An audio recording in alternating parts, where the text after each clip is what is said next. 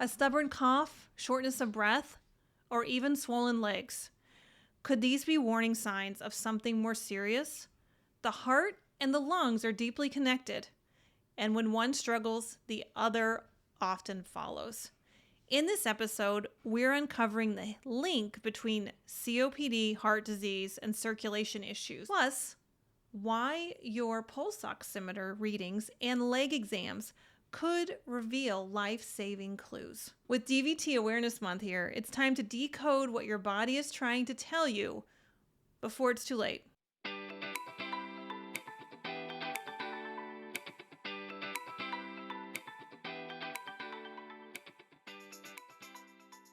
Today's episode is sponsored by Vitality Health RX Supplements. Whether you're an athlete, a busy professional, or just someone looking to prioritize health, Vitality Health RX has what you need. With premium ingredients and rigorous quality control, their supplements support your body's natural functions. Visit shopvrx.com and use code FEELGREAT15 for 15% off your first order. Thanks to Vitality Health RX for sponsoring this episode. Now let's dive in. Hello and welcome to the Feel Better, Feel Great podcast, episode 157. Can't breathe. It could be your heart. Linking COPD, heart disease, and DVT. In each episode, we dive into the wonders of holistic health and functional medicine to empower you with the knowledge you need to lead a healthier, happier life. I'm your host, Dr. Andrea McSwain. If you're new to me, please like, subscribe, and click the bell for this channel. I want to share a celebration. We are celebrating a year of weekly podcasts, and we are just getting started. And there's so much more to come in terms of episodes and lives and guests. I've spent a year giving a lot of information, doing a lot of really in-depth pieces on different medical issues. And I hope that you'll be able to reference those so that you can enhance your health and well-being and also your knowledge of how the body works so that you can live a better life and you can feel better and feel great. So I want to explore this vital connection between the heart and the lungs.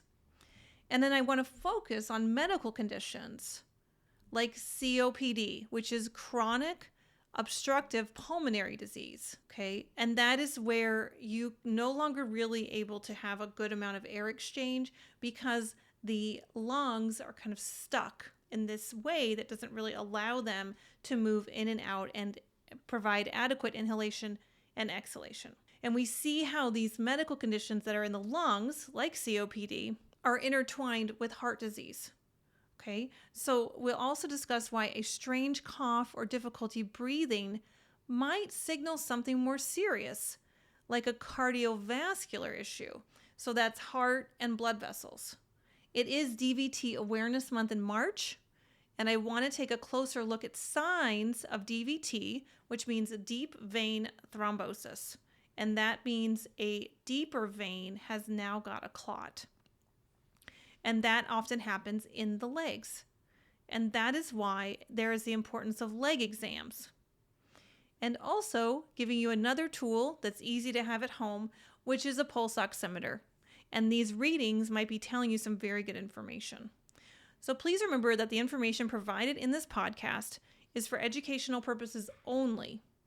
Always seek the advice of your physician with any questions you may have regarding your health condition or health objectives. Let's look first at the heart-lung connection. So the heart and the lungs work together to oxygenate the blood and deliver that blood throughout the body, and then also remove the waste of CO2, which is the waste that happens on the cellular level, to then be exhaled. And this is the relationship, right? So your lungs receive air, they take the oxygen goes into the heart, it gets pumped out of the blood through the vessels, and then it distributes the oxygen to the tissues, and then it picks up the CO2 waste from the tissues and brings that back through the blood vessels and back to the heart and the lungs to then be exhaled. What happens though when there's symptoms related to this system? Shortness of breath. So you can't catch your breath. I can't catch my breath, and so you're kind of stuck, not really being able to have supportive air exchange. Fatigue. Okay, it's exhausting. You're not breathing well, so you're not having the energy because you're not having the tissue oxygenation, and the heart is having to work harder. And so the other thing about the lungs and the heart, which I think are fantastic, is that the heart is encased by the lungs. And it's just a phenomenal idea that when your lungs are having air exchange and they're pumping, they are supporting the pump of the heart. And that allows them for that interplay, which means that when there is a problem with the lungs, it will make the heart work harder because it doesn't have that assistance. And the same thing is true with the lungs. If the lungs are not getting that kind of beat back from the heart, then the lungs will have a problem. So when breathing issues signal heart problems, and I want to say that again because a lot of times people are coming up with this, adult onset asthma. I do have another episode that addresses that more specifically, and I'm just really not buying it, I have to be honest. Adult onset asthma. I mean, okay, maybe there are a few exceptions, but I really think that the first place to look is the heart. Okay. Because shortness of breath is not always due to a lung issue. It can be a cardiovascular problem. So cardiovascular is really important to break down. Cardio is heart and vascular are all the blood vessels. So you have the big blood vessels going to the medium-sized blood vessels, going to the little blood vessels, going into the tissue, and then making sure all that oxygen is dispersed, and then picking up the CO2 and going through the little veins and the bigger veins and the large vein to return to the heart. What can happen when we start feeling short of breath and we have breathing issues? There are things like fluid buildup in the lungs, which cause difficulty breathing. And fluid buildup is actually more attributed to the heart with congestive heart failure, right? Because the heart is the biggest pump, kind of the pump of the fluid, the pump of the blood. It's distributing the volume through the body. And if the pump of the heart is having problems, that is the heart inefficiency, which can make there be a feeling of overwhelm. Now, the other things can be arrhythmias. So irregular heartbeats can lead to reduced oxygen delivery because the electrical system to the heart is having problems, so it's causing irregular heartbeats. When it causes irregular heartbeats, then you end up having a dysregulation of the pump, right? So the pump isn't able to be efficient. And that can seem like you can't catch your breath, but actually it's an arrhythmia issue, and it is reducing oxygen delivery to the tissue. Another one that's not very common but present is called pulmonary hypertension. And this is a blood pressure issue in the lungs. So it's high blood pressure in the lungs. And this is very much linked to heart disease or COPD. So basically, the pulmonary vessels start to have a higher tension. And so you don't really get very good air exchange. There's a lot of tension in the chest. And so there's not really that easy pumping. And so we notice that by not being able to breathe. Another breathing issue that can signal significant cardiovascular problems is a clot. So DVT and pulmonary embolism, PE. Again, DVT is deep vein thrombosis, and that means that we start to see a blood volume issue where the blood is getting hypercoagulable. It's getting thick. And it's getting thick, sometimes due to infection, sometimes due to severe dehydration, and sometimes due to elevated hemoglobin, elevated iron, for people who might take excessive amounts of testosterone.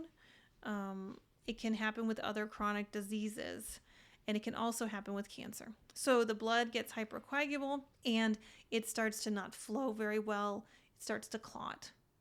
And then that is a breathing issue, particularly when those clots get into the lungs or the pulmonary area, and that can be the blockage in the blood vessels in the lungs, causing a stopping of blood supply. if the clot is large enough and it's in the right blood vessels, the wrong blood vessels. So if the clot is big enough and it's in a large blood vessel in the lungs, it can stop oxygen exchange. And that is sometimes how people die. And I have to tell you vulnerably, that's actually how my mom died.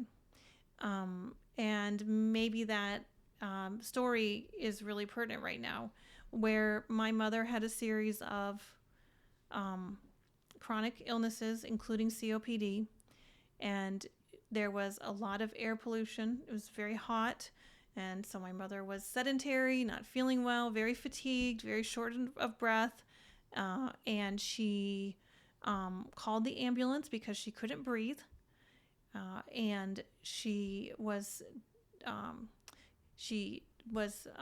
pronounced dead in the ambulance because of a pulmonary embolism. So through a lot of pulmonary symptoms and breathing issues, she actually had a circulation issue. And that's why I want you to know about these things. DVT awareness, it's DVT Awareness Month. And also, I recently had a good friend who kept complaining of shortness of breath, and it was wintertime, and I was more concerned about sinuses. I didn't know all the symptoms. Clearly, this is why you go to the doctor and not rely on your friends. And that person eventually did go into an urgent care facility, and also with winter, I did not see their legs, and the person had a DVT. So, this happens, with enough frequency that you want to pay attention, and you kind of want this on your radar. Now, I have diagnosed DVTs many times. There are some very good clues to help you, and this is something I wish my friend had known. I had looked for a thorough exam, although I'm a friend and not always a doctor. But I am sending this out to you because this might have been something that could have been very, very helpful if you knew the information. So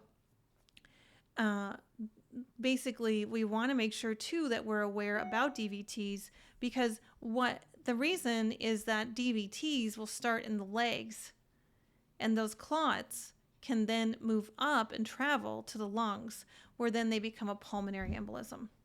And so we want to make sure that we catch it as a DVT and then we stop it, right? Because there's very good ways to do that. And so what happens when you are considering a problem? First of all, DVT awareness and why your legs matter. Symptoms to watch for: pain or swelling or both in one leg. It's not both legs.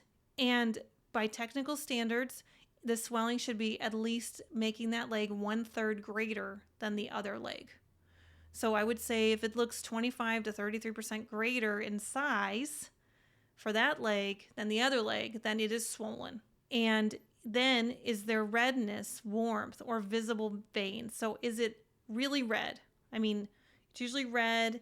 It's hot. The blood is getting stuck there. The blood is warm. So it will, in contrast as well, be cooler around it or below it because the blood flow is restricted below it.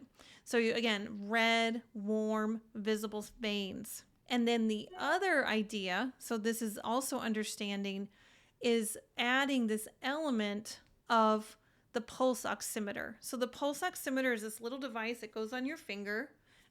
Make sure you have an extra battery, because probably as infrequent as people check this, they would run out of the battery. But it's a little tiny device you put on your finger, and it checks your blood flow and your oxygen saturation. So you get a percentage of oxygen saturation. So if it's about 96%, you're in a really good place. If it's less than 92%, you want to seek medical attention, because this means you're having some diminished oxygen supply in your lungs. So you're diminishing the air exchange in your lungs. And this can be a very early warning sign of a pulmonary embolism. Also recognize that why your legs matter is the role that immobility plays in a DVT risk. So either long flights, illness, surgery, very sedentary, or you have a pre-existing condition that makes you less mobile, right? And this can be obesity. This can be maybe use of a cane or walker, where you're just not getting around. Now, there's sometimes people say, I just have this weird cough, right? And there's a lot of reasons why people cough. There's a lot of reasons why people cough, but usually there's some key red flags. Okay, so if you're differentiating between a chronic cough or a sinus cough, there are different chronic coughs that can be caused by COPD, asthma, or GERD versus the ones that are linked to heart failure or DVT. So some key red flags for a weird cough that might be related to heart failure or DVT is you're coughing up pink frothy sputum, okay? Or you have a persistent cough with chest tightness. And so those can be weird coughs. And what can you do? Okay, so thinking about prevention action steps. First of all, we want to think about DVT prevention. So if you're in a long trip or you have desk work, you want to move around regularly. You want to check your legs. Okay? You can apply some compression stockings if you think you're at risk for having a DVT or a blood clot in your legs. And you want to stay hydrated, and you also want to think about other risk factors. So what kind of cardiovascular risks do you have? Also smoking plays a big role in DVTs because that very much thickens the blood. From a functional medicine perspective, this is a long conversation, so I'm going to be really, really short on it because we look at connecting the heart and the lungs and the vascular system, and I believe you see that just from the very beginning of this conversation. You're like, wait, that cough could actually be related to my leg that is a little bit swollen, hurts, and is red, and I'm not moving around that much because maybe I just got off a plane from a long trip, and maybe there was some anxiety, maybe there's some additional smoking, or there's some smoking that's being done, and so all of a sudden now these risk factors are coming up, and now there's this weird cough. What's going on?